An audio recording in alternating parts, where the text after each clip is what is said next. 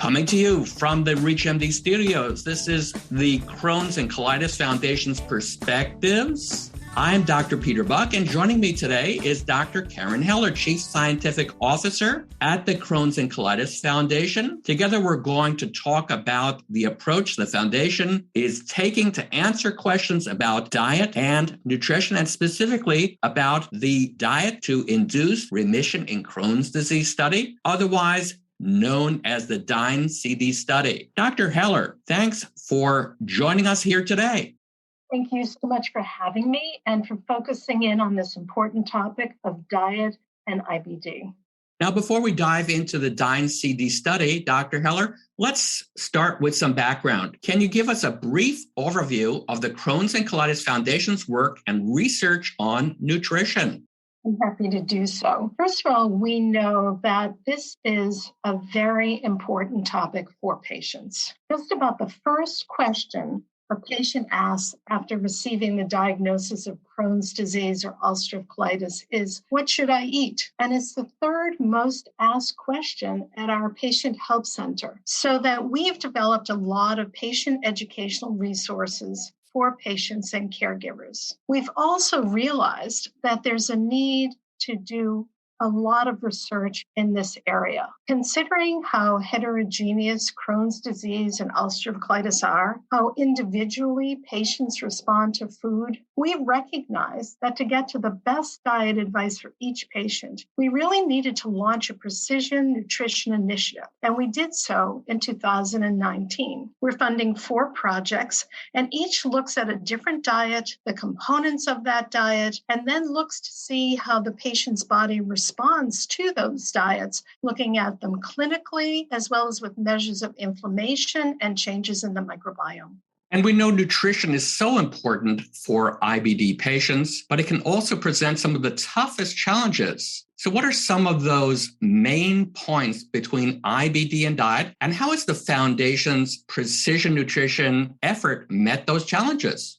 I like to say that you are what you eat, whether you have Crohn's disease, ulcerative colitis, or other condition. And in IBD, I really base this on the findings that food is at the center of IBD pathology. Food affects the microbiome and vice versa. And we know that changes in the microbiome are central to developing inflammatory bowel disease. Not only that, but a patient's genetic disposition is key to developing IBD. And it also influences how one metabolizes food and then how the food influences the epigenetics to modulate the gene expression. Thirdly, there are pro-inflammatory and anti-inflammatory foods that interact with one's immune system and is critical to the disease course of IBD. So food interacts with the 3 pillars underlying the onset and progression of IBD: the genes, immune response, and microbiome.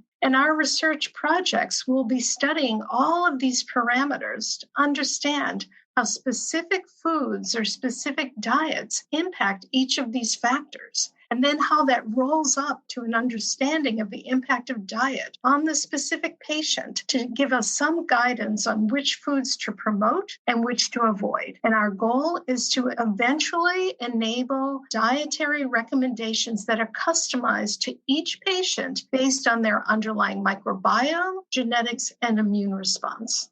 Thank you. Dr. Heller, let's turn our attention now to the DINE-CD study. Can you tell us what the goal of this study was and how it was designed?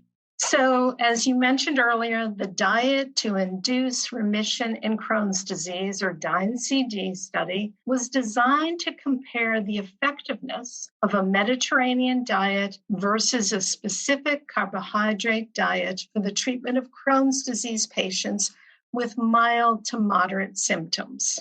It was a multi-center study. It was randomized by patient and to compare these 2 diets. It included adult patients with Crohn's disease, and mild to moderate symptoms were defined as a short Crohn's disease activity index, or SCDAI score, that was between 176 and 399. The patients were stratified by use of biological medications. And then patients were randomly assigned to receive and consume either the Mediterranean diet or the specific carbohydrate diet for 12 weeks. For the first 6 weeks, participants received prepared meals and snacks according to their assigned diet. And then for the following 6 weeks, the participants were instructed to follow the diet independently with the option to purchase prepared meals. So the primary outcome, which was the symptomatic remission score, or SCDAI, less than 150, was at week 6. So this was following the period of time where they received the prepared foods. And then the secondary outcome, including the symptomatic remission, was at week 12. So after another 6 weeks where they were more or less on their own to follow the diet.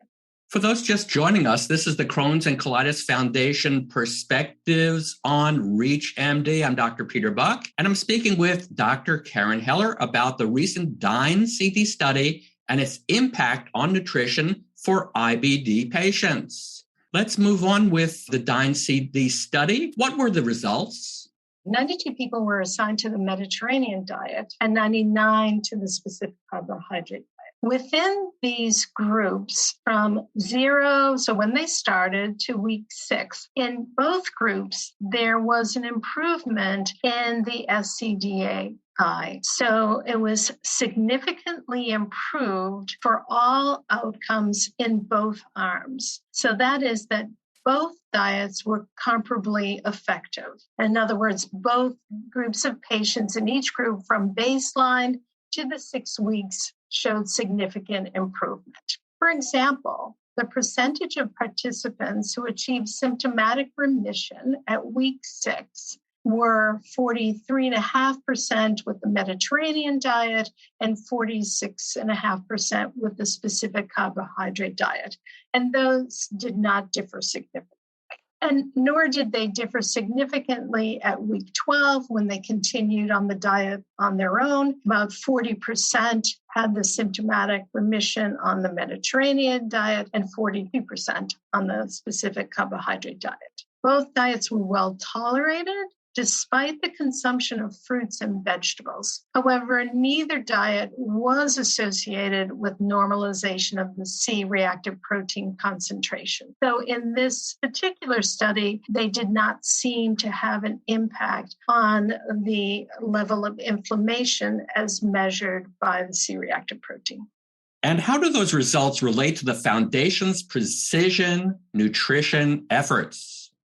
Well, first of all, they reinforce the road we're taking, that diet can influence how patients feel, and that some patients can get into symptomatic remission while maintaining their current medications with a change in diet. And I do want to emphasize that most patients will continue to need to stay on their medications even as they move to diets that help them feel better. And then secondly, this information gives doctors and patients some guidance now as we wait for more results on other diets and therapeutic responses to those diets.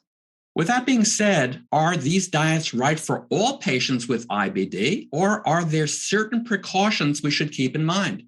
Each patient with Crohn's disease and ulcerative colitis is so unique in so many ways that no one diet will be right for everyone. At this point in time, regarding diet, it's still trial and error. What we have learned from the DINE-CD trial is that for patients with mild to moderate Crohn's disease, while staying on their medications, it may be worthwhile to have them try out either the specific carbohydrate diet or the Mediterranean diet. And the Mediterranean diet, which has been found to be healthy for many other conditions and is probably easier for patients to implement, may be the preferred diet to start with. And as I mentioned, it is really important that patients understand that they need to stay on their medications as they try out these diets, because they will most likely need to stay on their medications even when they find a diet that is right for them. That's great. Dr. Heller, can you tell us what other nutrition education the Crohn's and Colitis Foundation offers for both healthcare providers and patients? We've developed a lot of patient educational resources, which can be found on our diet and nutrition landing page at the Crohn's and Colitis Foundation.org. And we also have important material for children and teens on our pediatric web resources page, also at the Crohn's and Colitis Foundation.org website. Well, this recent study has certainly presented some interesting findings that will hopefully help improve symptoms for our IBD patients. But as that brings us to the end of today's program, I want to thank my guest, Dr. Caren Heller, for joining me to discuss the recent DINE-CD study and its findings. Dr. Heller, it was great having you join us on the program today. It was my pleasure. Thank you for having me. For ReachMD, I'm Dr. Peter Buch. To access this and other episodes in our series, visit reachmd.com/foundation, where you can be part of the knowledge. Thanks for listening, and see you next time.